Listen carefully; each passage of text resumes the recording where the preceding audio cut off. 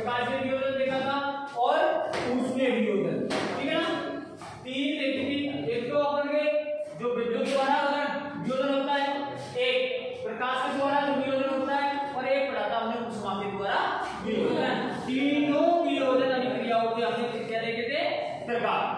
आगे चले, आगे है अपनी विस्थापन अभिक्रिया। विस्थापन अभिक्रिया देखो सीधा सा इसका एक फॉर्मूला उदाहरण में कैसे देख लेते हैं, सीधा सा फॉर्मूला है। एक तो 10 किलो का बांट ले और एक ले 5 किलो का, कौन सा भारी है भाई? 10 किलो का। 10 किलो का है ना, तो अधिक अभिक्रियाशील धातु, अधिक अभिक्रियाशील धातु कम अभिक्रियाशील को क्या कर देती है? विस्थापन, ठीक है ना। जैसे हम में वजन 50 किलो है तो हम 60 किलो का वजन उठा सकते हैं क्या? नहीं उठा सकते ना, हम कम का उठा सकते हैं। हम किस पर भारी हो जाते हैं? कम पर। हमसे कम वेट वाले पर भारी हो जाते हैं हम। जैसे किसी में 25 किलो का वजन है और 50 किलो के आदमी से उसको बढ़ा दिए तो 25 किलो वाले का कचूमर बना देगा ना। उसी प्रकार ध्यान रखना, अधिक अभिक्रियाशील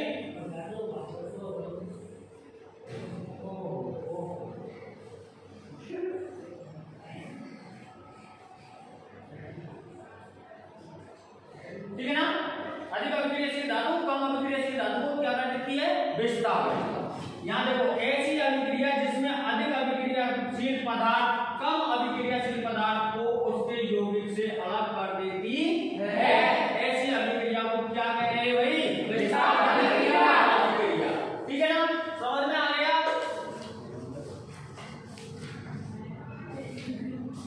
समझ में आ गया ना? देखिए आगे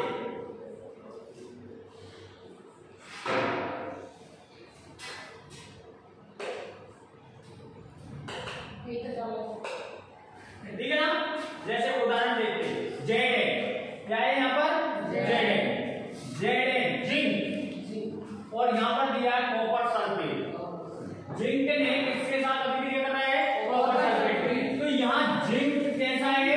अधिक अभिक्रियाशील है। कैसा है? अधिक अभिक्रियाशील। तो देखो यहाँ से सल्फेट के साथ में जो पहले कॉपर बैठा हुआ था तो जिंक ने कॉपर को मारी लात और खुद किसके साथ में बैठ गया? सल्फेट के साथ बैठा हुआ ना, और कॉपर को उसके घर से कहाँ निकाल दिया?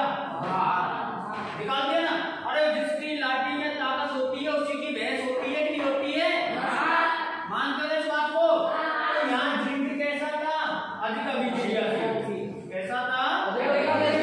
और कॉपर कैसा है यहाँ पर? कम अभिक्रियाशील। जिंक कैसा है? अधिक अभिक्रियाशील है ना, और कॉपर कैसा है? कम अभिक्रियाशील है ना। तो जिंक किसको विस्थापित कर सकता है? कॉपर को, ना कि कॉपर जिंक को विस्थापित कर सकता है। कॉपर जिंक को विस्थापित नहीं कर सकता, जबकि जिंक कॉपर को विस्थापित करता है। अब आओ देखो पीवी लेड की अभिक्रिया करवाई हमने कॉपर क्लोराइड उससे कॉपर क्लोराइड। अब कॉपर क्या है यहाँ पर? कम अभिक्रियाशील। कैसा है? जबकि लेड यहाँ पर क्या है? अधिक अभिक्रियाशील वाला पदार्थ धातु। तो देखिए यहाँ से क्या निकाल दिया? कॉपर को निकाल दिया। किसने निकाल दिया? लेड ने। और कहाँ डाल दिया? कॉपर को अलग बैठा दिया ना भाई, घर से बाहर कर दिया ना अलग। लेड खुद बैठ गया और कॉपर को निकाल के कहाँ बैठा दिया? अलग बैठा दिया ना। तो अधिक अभिक्रियाशील कम अभिक्रियाशील को विस्थापित कर देता है। हो गई ना विस्थापन अभिक्रिया। उदाहरण 2 तथा 3 में जिंक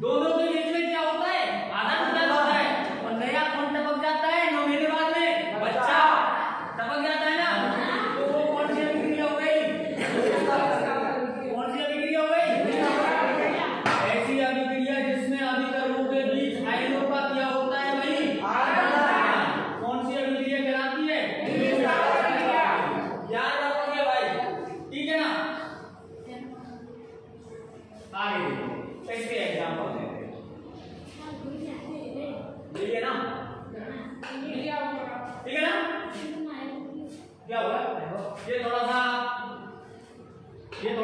हटा देना, ठीक है ना, ये हटा देना। जैसे देखिए यहाँ सोडियम सल्फेट, क्या है, सोडियम सल्फेट, और यहाँ क्या है, बेरियम क्लोराइड, दोनों है ना। तो देखिए सोडियम किसके साथ में बैठ गया, क्लोराइड के साथ में, और सल्फेट किसके साथ में बैठ गया, बेरियम के साथ। हुआ है ना, बेरियम सल्फेट हो गया, आयनों का आदान प्रदान हो गया यहाँ पर, अभिकर्मकों के बीच में क्या हो गया, आयनों का आदान प्रदान, और यहाँ पर देखो Na किसके साथ में बैठ गया, क्लोराइड के साथ में। अरे कहते नहीं है क्या,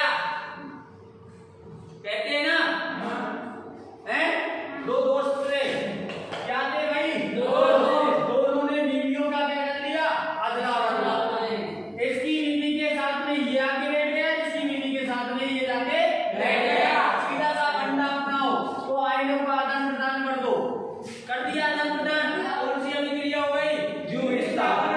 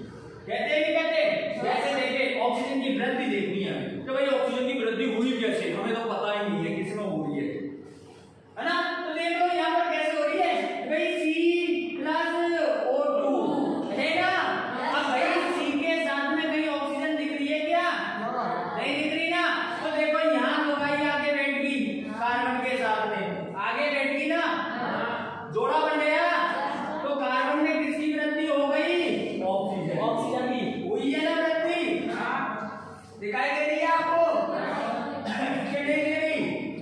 आगे देखिए,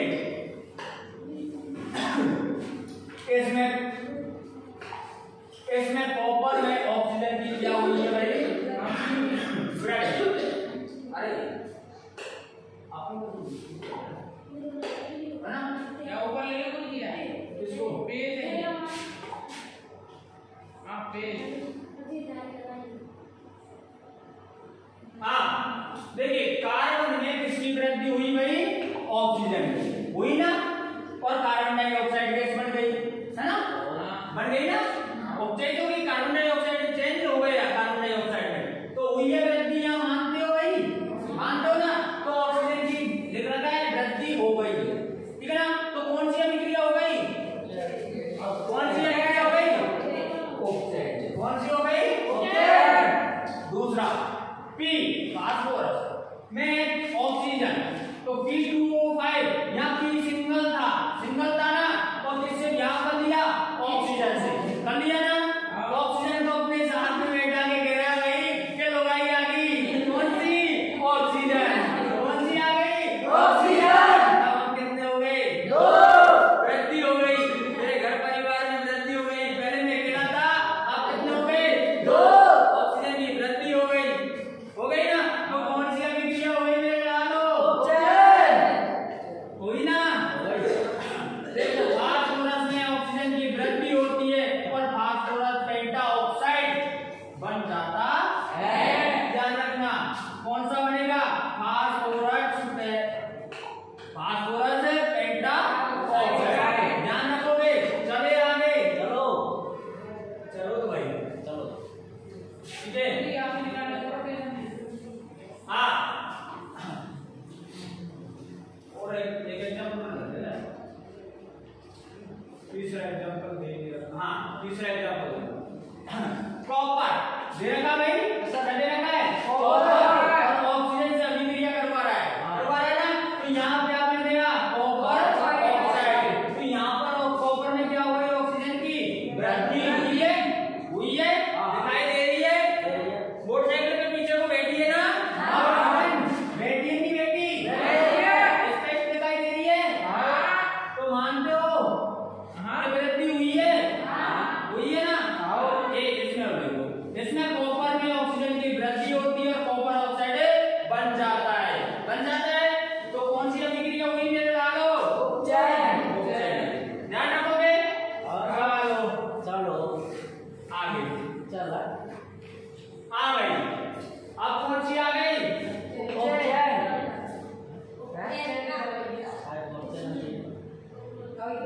अभी उसी के चल रहा है ना। हाँ हाइड्रोजन की कमी देखो, वो तो ऑक्सीजन की वृद्धि देखी, यहाँ हाइड्रोजन की कमी देखती है। H2S है कि नहीं है, सल्फर हाइड्राइड है ना, सल्फर हाइड्राइड है कि नहीं है, किससे गया,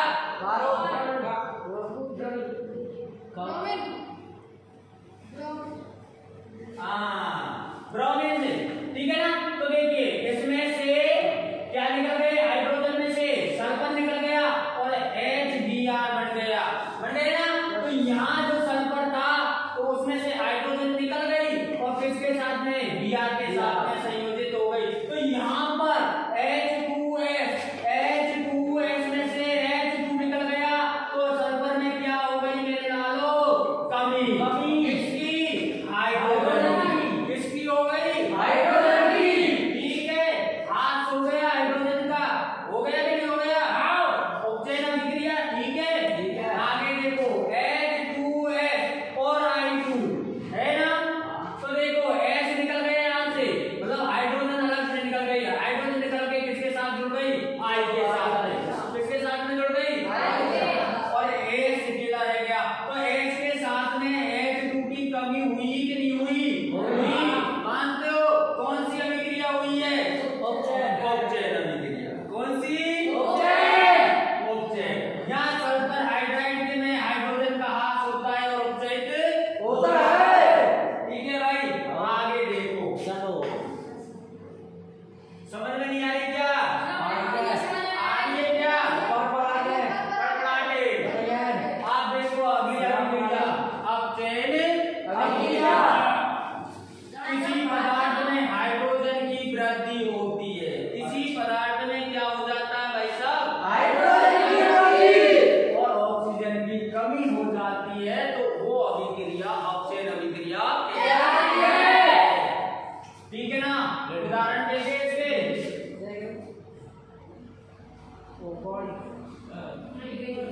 देखो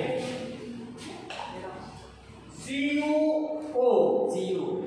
कॉपर ऑक्साइड प्लस हाइड्रोजन है ना। तो देखो कॉपर ऑक्साइड में से ऑक्सीजन निकल गई, तो क्या हो गई, ऑक्सीजन की कमी। कॉपर में अकेला रह गया और हाइड्रोजन में क्या जुड़ गई, ऑक्सीजन। तो यहाँ ऑक्सीजन की कमी आपको दिखाई दे रही है, दे रही है, ठीक है। यहाँ ZnO जिंक ऑक्साइड, जिंक में से ऑक्सीजन निकल गई है भाई, चली गई है पड़ोसी के घर कार्बन के साथ में। तो जिंक में से ऑक्सीजन की कमी दिखाई दे रही है, स्पष्ट रूप से दे रही है ना। कौन सी अभिक्रिया हुई है, यहाँ देखो H2S और क्लोरीन गैस है ना। आप देखिए कि हाइड्रोजन निकल रही है और किसमें जुड़ गई है, क्लोरीन जुड़ी है, क्या हुई है भाई, जुड़ी है। तो क्लोरीन में किसकी वृद्धि हुई है, हुई है वृद्धि। तो कौन सी अभिक्रिया हुई है,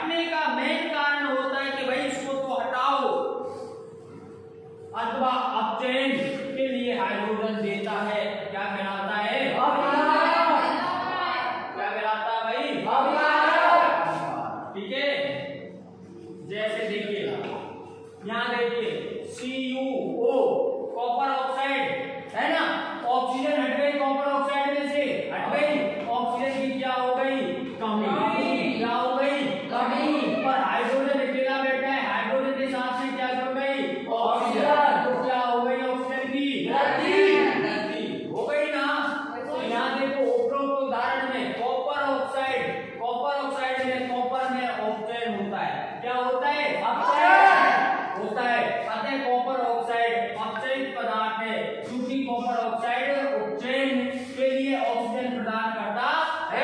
किसके लिए दे रहा है ऑक्सीजन? हाइड्रोजन से। किसके लिए? हाइड्रोजन से, जिससे हाइड्रोजन ऑक्सीकृत हो जाता है। अतः कॉपर ऑक्साइड ऑक्सीकारक है। ठीक है भाई, समझ आ गया? चले आगे, चलो चले। ठीक है ना, वही बात है, हाइड्रोजन जल बना लेता है ना। अतः यह ऑक्सीजन के कॉपर ऑक्साइड से हटने के लिए उत्तरदायी है। कौन? हाइड्रोजन। ठीक है ना, सारांश देख लीजिए इसका। उपचयित पदार्थ कौन है? H2, जिसमें ऑक्सीजन की वृद्धि होती है। अपचयित पदार्थ कौन है?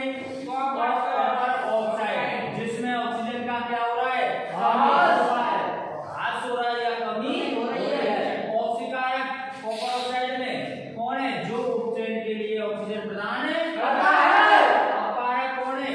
H2, क्योंकि जो ऑक्सीजन के ह्रास के लिए उत्तरदायी है। अब भाई देखिए उपचयन के प्रभाव। हमारे दैनिक जीवन में ऐसी बहुत सी अभिक्रियाएं हमारे आसपास होती रहती है, जिसमें धातुओं का संचालन व खाद्य पदार्थों की विकृतता होती जाती है, जो उपचयन अभिक्रिया के प्रभाव को दर्शाता है। वो क्या कहलाता है? उपचयन का प्रभाव। ठीक है भाई, ठीक है, उसे क्या कहेंगे हम? उपचयन का प्रभाव। जैसे कोई वस्तु संचारण एवं खाद्य पदार्थों का विकृतता हो जाता है। ठीक है ना, चले भाई आगे। देखिए यहाँ हमने चित्र में देखा है, आज लोहे में क्या लग रही है बेटा? लग रही है कि नहीं लग रही है? Yes sir. है, हो रही है। हाँ, तो आगे देखिए।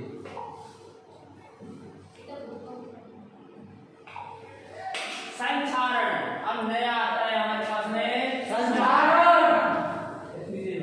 वह प्रक्रिया जिसमें हवा, जल, नमी अभिक्रिया करके धातु की सतह संचारित मतलब बढ़ा देती है या जंग लग जाती है। जब कोई वस्तु जल या आद्र नमी वायु के संपर्क में आती है तो वो संचारित हो जाती है या उसमें जंग लग जाती है, उसे हम क्या कहते हैं भाई? संचारण। ठीक है ना, नोट, संचारण एवं जंग लगना दोनों अलग अलग चीज है। जंग लगने से लोहे जैसी धातु की सतह संचारित हो जाती है। ठीक है, खराब हो जाती है, नष्ट हो जाती है। अब संचारण से बचने के उपाय तुम बताओ क्या है? तो दष्टीकरण करके, है ना, धातु की सतह को क्या कर देंगे? पेंट कर देंगे।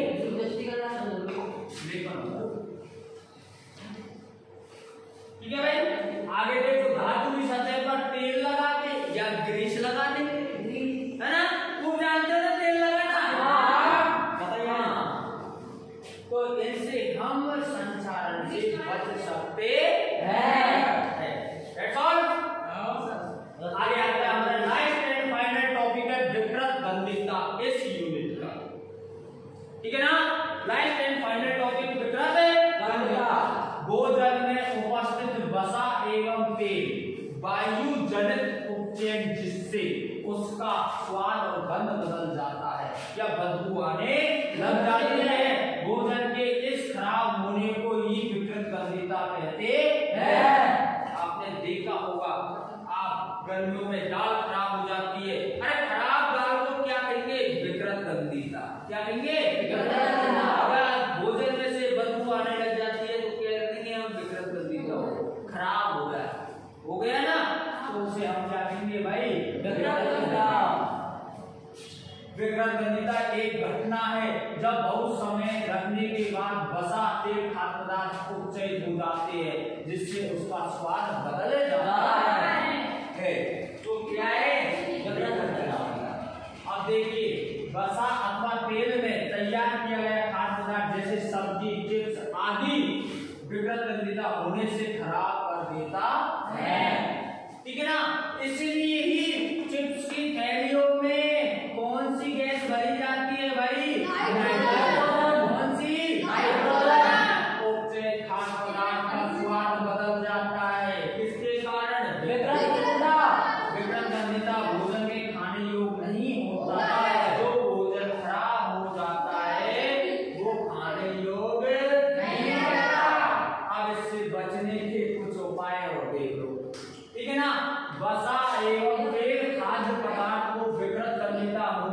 बचाया जा सकता है। वसा एवं पेड़ खाद्य पदार्थ को विकृत गंधीता होने से बचाया जा सकता है। कैसे? इसकी दर को कम किया जा सकता है। इसको रोकने के निम्न कारण है। क्या कारण है वो देखते। वसा एवं पेड़ खाद्य पदार्थों में एंटीऑक्सीडेंट डालने पर विकृत गंधिया होने से बचाया जा सकता है। खाने को खराब होने से बचाया जा सकता है। लंबे समय तक रखने के लिए हम उसमें क्या डाल देंगे? एंटीऑक्सीडेंट। खाद्य पदार्थों को पैकिंग के समय बर्तन से ऑक्सीजन गैस हटाकर नाइट्रोजन गैस बनाता है। इससे विकृत गंधिया होने से बचाया जा सकता है। यदि ऑक्सीजन है तो खाना क्या हो जाएगा? खराब। और ऑक्सीजन को हटा के उसमें क्या डाल दी? नाइट्रोजन। तो वो तेल या पदार्थ कभी खराब नहीं होगा। उपचयन की दर को कम करने के लिए वायु मुक्त बर्तन खाद्य पदार्थों का उपयोग किया जाता है। ऐसे बर्तन या ऐसे डिब्बे जिनमें वायु अंदर नहीं जा सकती, ऐसे बर्तनों का उपयोग करेंगे। यदि खाद्य पदार्थों का उपयोग करेंगे तो वो विकृत गंधिता नहीं होगा। ठीक है ना। खाद्य पदार्थों को विकृत गंधिता से बचाने के लिए ऊष्मा प्रकाश से दूर रखा जाता है। किससे दूर रखा जाता है? ऊष्मा प्रकाश से, है ना। खाद्य पदार्थों को विकृत गंधिता से बचाने के लिए एवं उसकी दर को कम करने के लिए फ्रीजों में या रेफ्रिजरेटरों में रखा जाता है। इनको भाई खाद्य पदार्थों को, इनको ठीक है भाई। अब यहाँ आपका पाठ जो है पूर्ण रूप से एंड हो गया है। ठीक है ना। इसके क्वेश्चन आंसर आप पढ़ना, नहीं आए तो कल मेरे से पूछना। ठीक है ना। पूरा पाठ क्लियर हो गया है, पूरा समझा दिया है आप लोगों को। यदि क्वेश्चन आंसर किसी पे नहीं हो रहे